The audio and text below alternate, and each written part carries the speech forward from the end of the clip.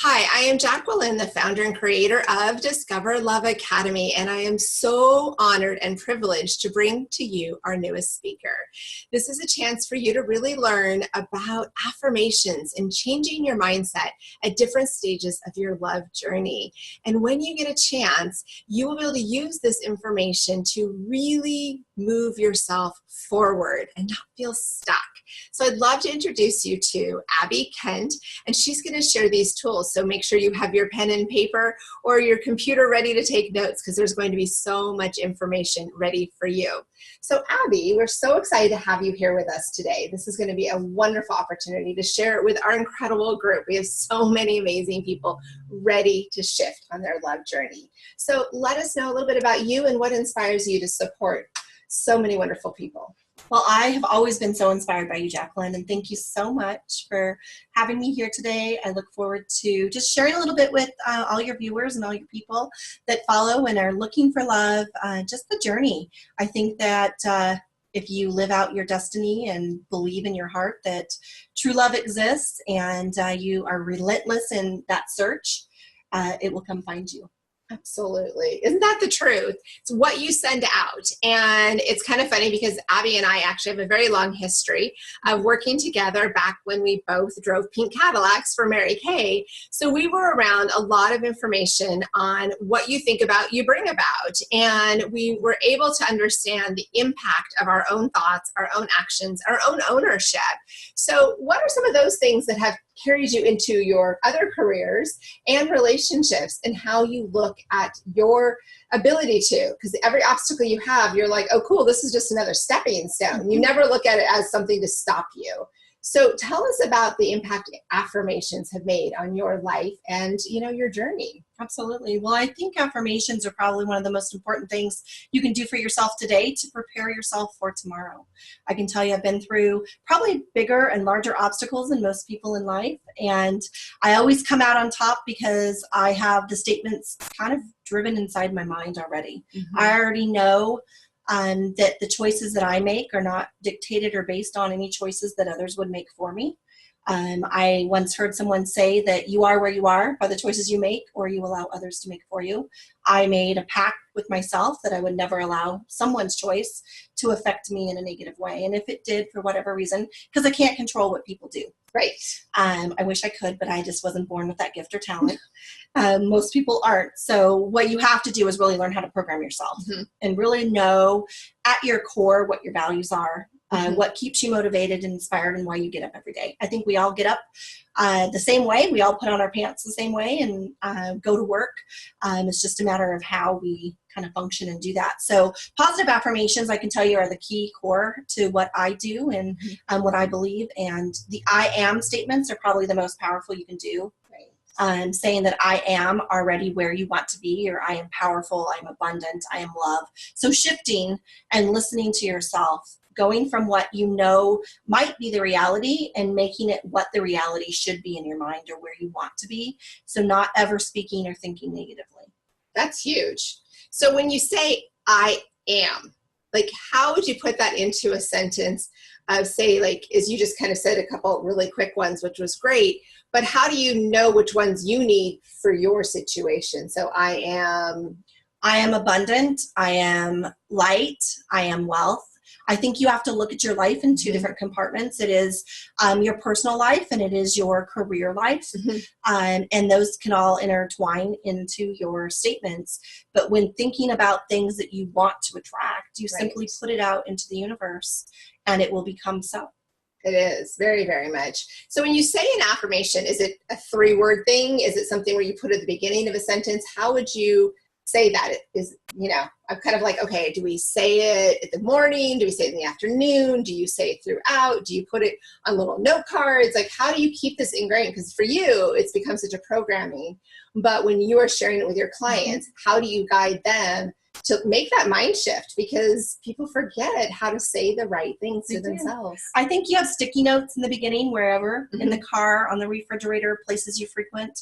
I wrote with a lip liner pen or an eyeliner pen on the mirror the most statements that I needed, especially if I was focused on weight loss or searching for love or finding a new career, whatever that is. It's really putting those few statements that you want, and it can be in the form of as many words as possible that you need, but it should be a brief sentence. It shouldn't be just a couple words, nor should it be a paragraph. So it really I like is figuring that out. Because I think people try to make it too long. And that's where I was hearing you saying it, going, let's just get to the point. Right. And that's one of the things that I feel you strongly bring to your clients is, let's not do the fluff. Let's not be zigzagging. Let's not curve around everything. Like, what's the point? What are we doing? Why are we doing this? And so narrowing that down makes a difference. And I love the attitude of, why do you get up in the morning? It's one thing, we all look the same and do our thing, but what motivates you? What is that clarity and vision for what you really want? To figure out what you really want, I think it's just simply making a list of the things that you don't want, and then turning those things that you don't want into the things that are the opposite attraction of that. So if you're broke, if you're stressed, if you're not finding love, if you're in a bad relationship, all of these things can simply be turned by saying, I am in an abundant, loving relationship. Even though on your sheet of paper you wrote, right there. I don't have the love that I'm seeking. Right. So it's a really simple process that you can sit down and really look at, where am I and where do I want to be? Right. So let's say you're in a relationship that is just draining you and you're tired. You still feel like they're a good person, so you don't want to be negative, but at the same time, you're really just tired. How would you affirmation your way out of that situation? Well, Jacqueline, I wouldn't know anything about this, as I just recently went through a 4-year relationship and a pretty traumatic ending to a love story that began and soon sizzled. Right. When you sometimes seek to find, what would I say, things in people that bring excitement and joy aren't always the core values of what you need. Well said, yes. As a person. And so if you are on a love-seeking thrill ride, you will not always have a core of an understanding of the same values. And so I think that's huge. Is a huge thing to really consider. And if that is what you're going through now, you're probably not looking for a long-term relationship. You're just looking to date casually, and to jump into that long-term might not be, what you're seeking. So you have to be really clear, I think, on if you're seeking long-term or if you're seeking casual and fun. And I was seeking casual and fun, but found myself in a long-term relationship. Right. And so it was a long exit because I like relationships. Exactly. I do like to be one and be a part of something. And I'm a fixer. I like to add value to people and help grow people, but you cannot do that in your love spiritual life. You really need to do that more in your career. Yeah. Okay. So who's listening right now that is actually stopping and going, ooh, I'm a fixer. Yeah. That's a big one. That's a big statement to comment about and become aware. What point in that relationship did you realize that being a fixer was not attracting a healthy long-term possibility? Probably within the first year. Oh, and you kept staying even though. For years. It was easy. I think I just didn't have time, honestly, for a breakup or for a shift. I do better in a relationship. I work better. I'm focused. I'm not seeking. Right. I'm one of those people that is a thrill seeker by nature. And so it was just a safe environment to be in, and we had fun. And that comment of you talking about not enough time. I have worked with so many clients as a professional matchmaker and talked to them about relationships they were in, and how many times do people tell me, well, we were together for 17 years, but really only in a relationship for 12. And, I hear it all the time where people just keep kind of hoping it'll get better. Yeah. And I don't even think they actually believe it's going to get better. They just think, what's it going to take to get this to change? Like, the fear of all the change makes it harder. So I want you to really think about that. If you're listening to us right now and it struck a nerve with you and you think about a past relationship, or maybe you're dating someone right now that you're kind of together because it's convenient, it's comfortable, you like being in a relationship, but yet it's not really getting you anywhere. It's not really growing you. And it's a matter of, there's times when it's that comfort. But what have you noticed since leaving the relationship on how much you've grown? Even though, yes, it's not fun to have to go through the exit strategy of a relationship, but now as you're getting your bearings again, what's the difference of being single at this stage than it was being in a relationship that wasn't healthy? Absolutely. I think that as we mature, you can really stop and listen to yourself, what really is important to you, getting back to your core values and really recognizing, what is important. And I can tell you my relationship was all things dramatic, but really sorting those things out quickly, knowing that even though there were many things that many people saw that I recognized but really wasn't ready to face, I still love and have a lot of those core values, like the love for the Middle East and the love for culture of any kind, the love of all people. And a lot of people today even would think that's pretty controversial, to have such a passion for something so broad, Right. just wanting and seeking to learn more, and to not be afraid because it failed in one area to just get back on the horse again. Because so many people could chalk something up to a type of person. Oh, he was an engineer. Well, that will never work again. Right. Oh, he was from the Middle East. Well, that's not going to work. Or he whatever, or she whatever. I think we try to put people in a box, and then we put ourselves in this box. Oh my gosh, you're so right. Yeah. But through positive affirmations, I believe that you really find what your core is, and you can still release all of the bad and find what was good. I like that. And it's come back to the core, come back to the essence. And as you're listening to this, think about what is it that you might have also given up in a past relationship that you've denied for a future relationship because of that. I hear it so often. Oh my gosh, I've had so many people come into my office during a consultation and they're like, oh, I would never date ... because I already did. And it's like, wow, that's one giant box. You just put a whole bunch of really cool people. They're now all being limited because of one person that, yes, probably really hurt you and really destroyed a lot of your hope. But it's not because of just that one quality. There were other reasons that that person didn't succeed as your partner. Absolutely. So I love that you're bringing that up. And I really want to have our listeners take time to think about that. Are you too limited? This is where actually, I think, and we weren't even thinking about it earlier when talking, this is where that red flag thing kind of gets a little crooked. And I think people give too much credit to a red flag. They're like, oh, a friend of mine dated one of those guys or one of those gals and it didn't work, so I'm not going to go there. Well, okay, but that's kind of narrow. And yet people want to be of no judgment, want to meet new people. So think about the things that you have blocked yourself from dating because of a past relationship. That's a really big thing to think about. Everybody uniquely is made. So even though you might fit into a category of a type of person, based on your attributes or your goals in life or your likes and dislikes, I think that everybody has a history. Everybody has a story. Everybody has an untold story, a true value and a true core. And I think that so many times in dating, people don't even get to know the true core value of a person until they get into a long-term, deep relationship or sometimes even married. And then they realize, oh, I didn't know you like to hike all the time. We didn't hike for the 6 months we were engaged. And I don't like to hike. And you're going to spend every single weekend hiking or golfing or watching soccer or whatever that is. I think that it's so important that we really get to know your person. Everything there is to know, likes, dislikes, and then it's, relationships are a lot of work, and relationships are not easy. So it's really figuring out, you like this, I like that, we like this, and being able to positively grow together and maybe learn how to hike or play golf. Well, your person can learn how to like romantic movies or like going to candlelight dinners or the cinema or whatever that might be that you enjoy. Exactly. And that's about expanding, because core value is a lot of your inner essence, but at the same time, how do you like to spend your time?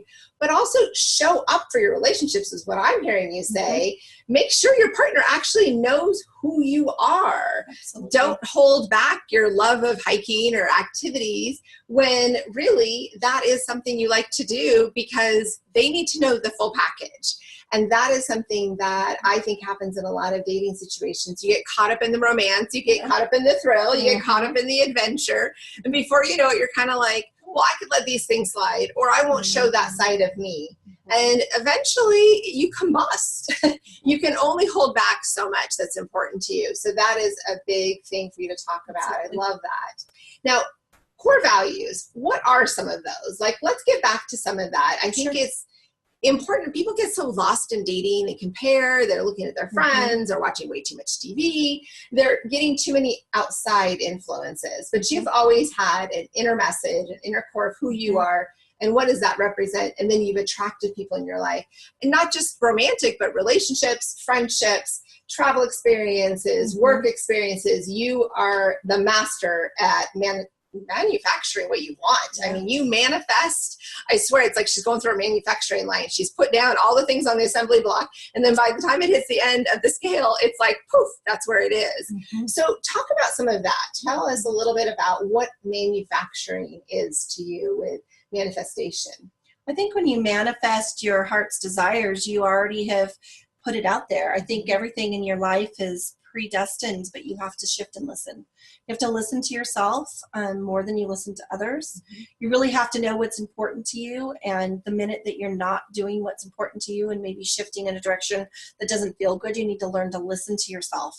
Doesn't mean that you're not going to do things that you don't like, but it means that you need to start creating a plan. I think more than anything and more than anybody I know, I'm like the queen of creating a plan, knowing the plan, exit strategy, and then execution of the next new plan. Right. So yes, absolutely. Comes faster to me sometimes than I even know what's going on. I think that I put out, even in my mind, sometimes if I don't speak it, but I've told friends like my dream person would be, you know, those superficial things, at least 10 years younger, because I have a ton of energy, 6 feet tall. I mean, those are all the surface things that you look for that you know you're attracted to. But beyond that, at the core, would be someone who wants to be a life partner, who at the core is successful in their own business and wants to live an abundant, rich, in front of life type of life, not a behind the scenes watching movies, TV, but a busy, I like that, in front of life. That is awesome. You guys need to write that down, in front of life,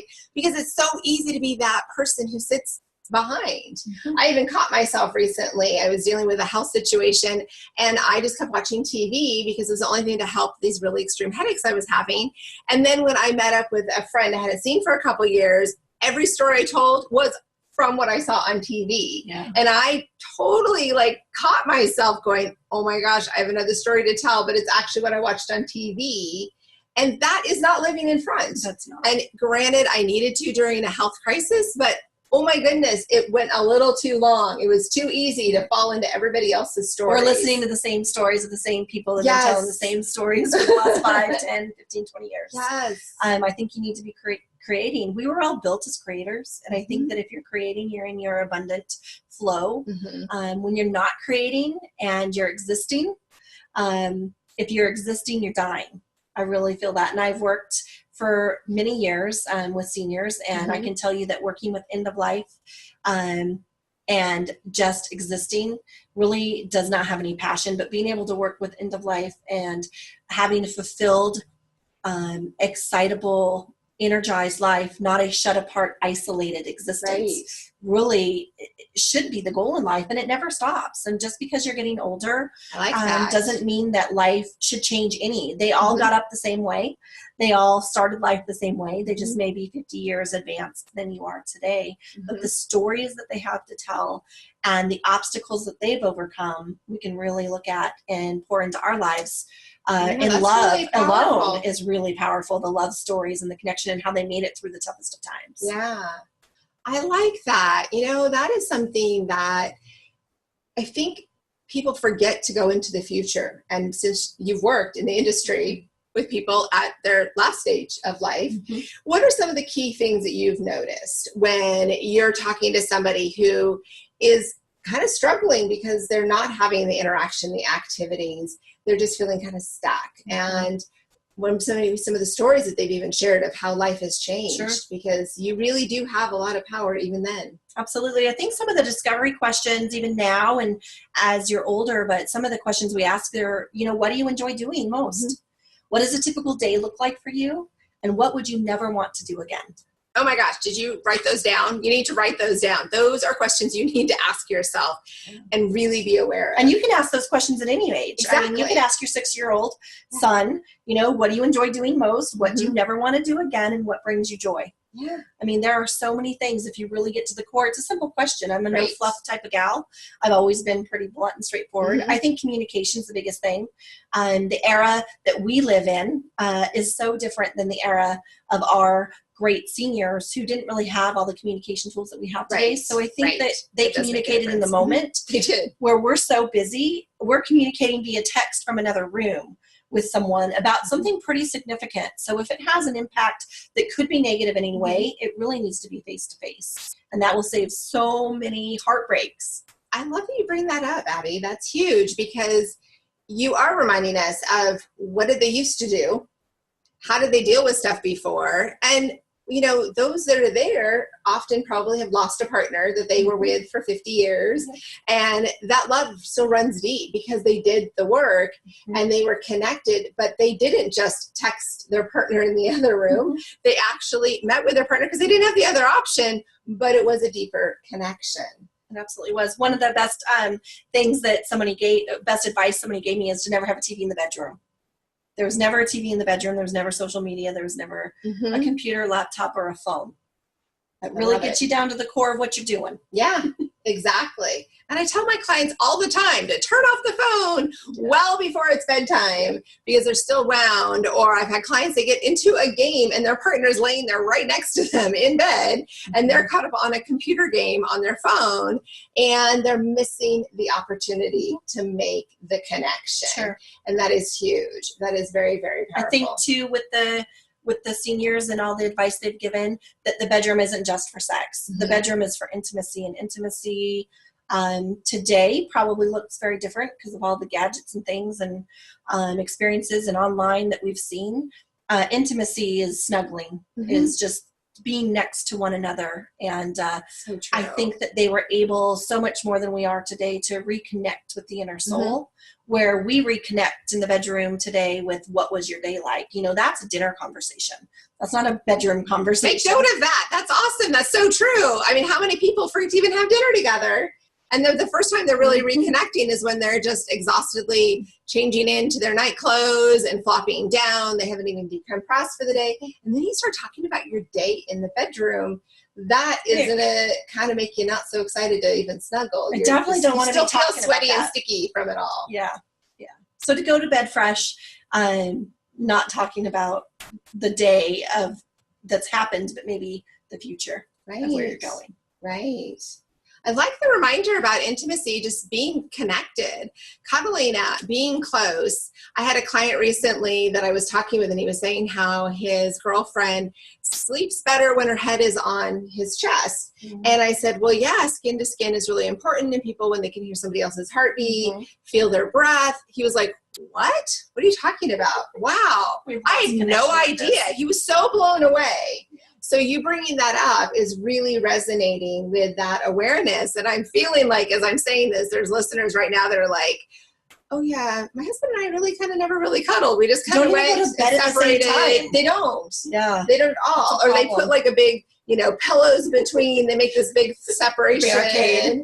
Or put their arm down. And it's always like, you just stay away, or I just get too warm. It's like, oh my God, you can take a shower later, but cuddle up, enjoy each other's body heat, and just have a safe place to go, a safe place to relax. It makes a huge difference. I think one other thing would be too that I've heard is to not involve others in your conflicts. I think today it's so easy to post on Facebook or start talking, but to resolve your issues then and there and not take them outside of the house.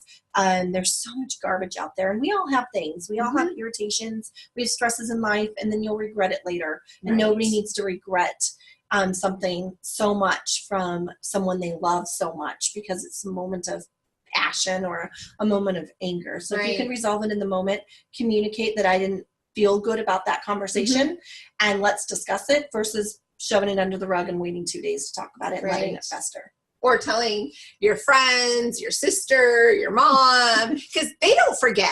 The people that love you do not forget, and they're the ones that are going to keep coming back. Yes. Did you notice that when you were going through some obstacles? Yes, absolutely. Tell us a little bit about that. What do you feel you can do more clearly? I think that you really if you decide that you are exiting, of course, at the end of my relationship, and I did share with some of my friends that then it's a good space to have that support system and safety net. Mm-hmm. But anytime prior to that, when you're working through the simple things in life, the disputes and the spats Right. about money, or he came home late, or she went shopping and was gone for 2 hours and spent too much money, or whatever those things are, I think that it's most important that you keep those kind of sacred and safe. And they can't even really, in my mind, if you're a positive affirmation person, those things shouldn't even really be something that agitates or upsets you. It should be discussed or pre-planned, or you already should know the habits that are created through that. Oh, that's true. When you really shift it, you also know how to feed your mind, how to work through it, knowing that this is just a communication obstacle, that it's a matter of reprogramming yourself. But the more you have these affirmations, they do come more natural. Pick your battles. I mean, anything in life. Is that true? Is it really worth it? I mean, have a positive affirmation with yourself. Is this really worth it? It doesn't really affect the core of where you're going in the future. Mm-hmm. So really there is no reason to look in the rearview mirror. Right. Absolutely. And that's actually really important too, because through all these positive words and affirmations, you're saying very clearly to our amazing group that you have the power to reshift things for yourself, change them in your mind, own how you're expressing things, and make it so that the mindset is going in the right direction. Mm-hmm. I think I've taken, a lot of people have gone through anger management classes. I've never been an angry person, but they teach you to count backwards from 10 or whatever. I think I've taken that concept and really applied it to making sure that I have affirmations in place that I would never have to use the protocol.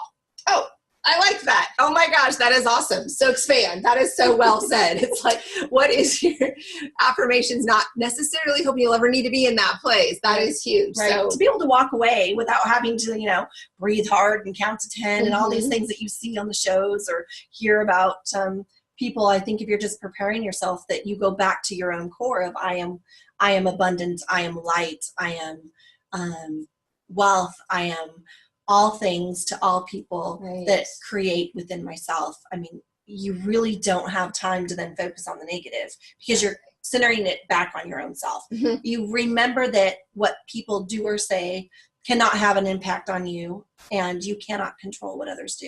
You can only control what you do. So if you go back to your own self and your own core.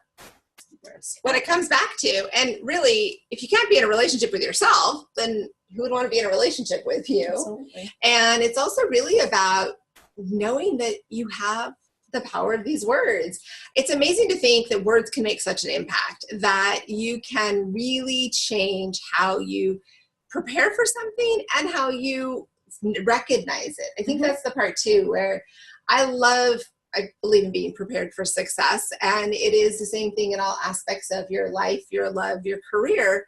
And what you're saying is really saying, okay, let's stop and think about these things, because these obstacles will happen. It's not that we're trying to say, brush it over and just say everything's fluffy and happy. It's saying that when those moments happen, I have the tools in my toolbox ready to go, ready to say what I need to say. So thinking about the steps that are necessary in case you need a little pick-me-up, you need a little something. So what are some of the things that I've noticed lately, you've been putting a lot more affirmation posts out there and owning that. What is it that triggers you? Do you just get like a goosebump when you read it? Do you kind of go, oh, I need to keep saying that?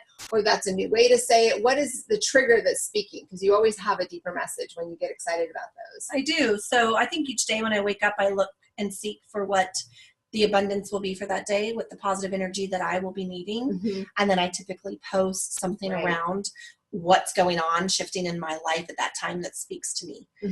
I look through a lot of things that are like, nope, that's not it. Nope, that's not it. Oh, that's good. Save that one for later, but that's not me today. So I have a whole storage of positive sayings or affirmations, and I write down notes. So I carry a notebook with me. I write down concepts. I text myself thoughts to remember. Oh, I like that. Myself. We hear things from people a lot of times, and you're like, I like that. You know what? That's okay. Yeah. Write it down. If it resonates with you, acknowledge it. That is good. It's important. I think whatever comes into your life is meant to be. It's either for a reason, season, or a lifetime. Yeah. And sometimes we hold on to things a little longer than we should. But you have to recognize, is this a reason? Is this a season? Or is this a lifetime?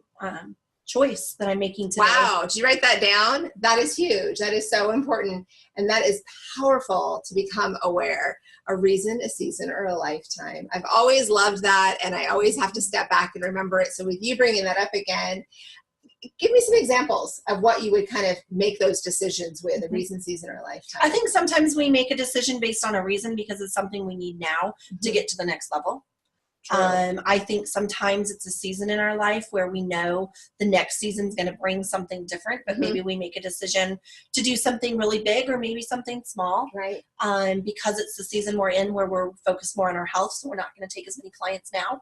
Right. Or maybe we step back in the love dating game because it's not the right season to really be abundant and looking for your person. That's where you might go casual for a bit or be the third wheel. There's nothing wrong with doing that. Really good. To be out there and still having fun and not being sitting, not sitting alone, but going out and having fun on those nature hikes or whatever adventures you do with your friends.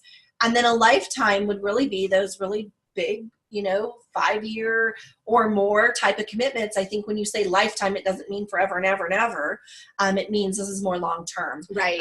Decisions such as career choices or investment opportunities, or, a long-term relationship. You shouldn't be looking at that as a season or a reason. And I think we look for relationships more as a reason for a need that we need filled or that we need to fill in someone else than we ever look at it as a lifetime decision. I think that's what, like you even said, you were dating someone casually, you're enjoying the thrill, and before you know it, it's turning to long-term, but you never really wanted the long term. I think that's the part where there's plenty of people that date casually. They're like, oh my gosh, we went on a couple dates like it was no big deal. And suddenly we realized we wanted more. Yeah. But in this last relationship, it just kind of was a short term that kept going. Yeah, I knew I was never going to get married. Yeah.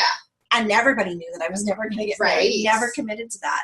Maybe in a glimmer of time in the very beginning when you're still infatuated with one another. Yes.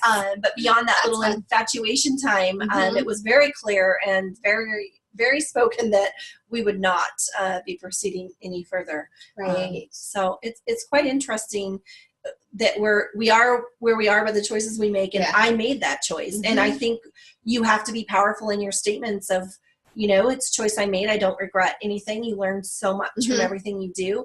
And I wouldn't say I wouldn't do it again. Yeah. Not with the same person. No. Hopefully not. But that's what that's about. It is. Yeah. It is. And I have said often to clients, I believe there are certain relationships that just, actually have an expiration date. And that kind of sounds weird, but there's certain people, and I think those are the ones that kind of come in for the season, where that maybe it was a fun holiday or it was a relationship that was just kind of get back on the horse, get back connecting, going out with people without huge expectations. And there are times when we need to just let it be what it is, but then own it when it changes direction. And it sounds like that's exactly what you've done, and you've really noticed that. So we're almost out of time. There's so much good information, and I'm really excited that we're going to be doing this every quarter with you and have so much more to share. And I want everyone to really think about their affirmations. Even Google up affirmations to love. There's so many great ways, but it's owning it in the present tense as if it's already there, so that your mind and your own thoughts are starting to go in that direction. But tie this up in a bow of all that we've just talked about. What are the last things you want to send out with our amazing group here listening to you right now to give them that extra kick to know it's okay if they stayed in the wrong relationship too long. It doesn't mean it wasn't all wrong. Right. What are the steps to just really deciding what's next? I think it's getting back to your core. Like I said, I had determined a year ago that I was going to go to the Middle East, and I had determined quite a few months ago that trip was definitely not going to exist. And I made the decision here just recently that I was going to take a trip anyways. Even though I've been through a lot, I still at my core love the Middle East. So I am on a excursion, maybe a lifetime trip. Who knows what this could bring to Egypt. And I am super excited because I think that when you have your core and your abundant affirmation statements, things happen, and you bring things forward. Would I have thought a month ago this would be my destiny or where I'm going right now, or that I'd be working a business from afar and quitting a lifelong career to do something as crazy as traveling the world? No. But I think if you at your core have your positive affirmations, you know what you want, and you go after it and you live your life without fear, only great things can be expected and will happen. Very Very true. Without fear. Like everyone lives so scared. They Everyone's so do. cautious. Everyone's so limited thinking. Everyone's so pausing Yes. on going out and And just doing it. calculated. Oh, so calculated to where Yeah. there's nothing romantic and fun and spontaneous. Yeah. And, it's kind of fun when you have that really cool story. Like, I just happened to go to this event because a friend asked me to, and I met this wonderful person. As much as I absolutely love being a matchmaker and actually lining up people, I love too hearing the stories of when you just get out and you grab life and enjoy it and let the fear go away enough to open your eyes and look around and notice what you need to feed yourself. So with all this guidance that you're giving, Abbey, it's really going to change the mindset of everyone listening right now to start thinking about their affirmations. How are you talking to yourself? How much permission are you giving yourself to still follow what you love and want? It just might be in a different person, a different city, a different country. You never know until you open up your possibilities. So thank you again, Abbey, for taking time to share about all the words of affirmation and then some. And we are excited for when you share more next quarter. I can't wait. I'll be coming to you live from Egypt. Oh, yes, that's exactly right. That's so awesome. Oh my gosh, I'm so excited. This is what it's about, opening up to the possibilities and learning how to say yes. And you know how to say yes. I do. Thank you, and we will have more soon.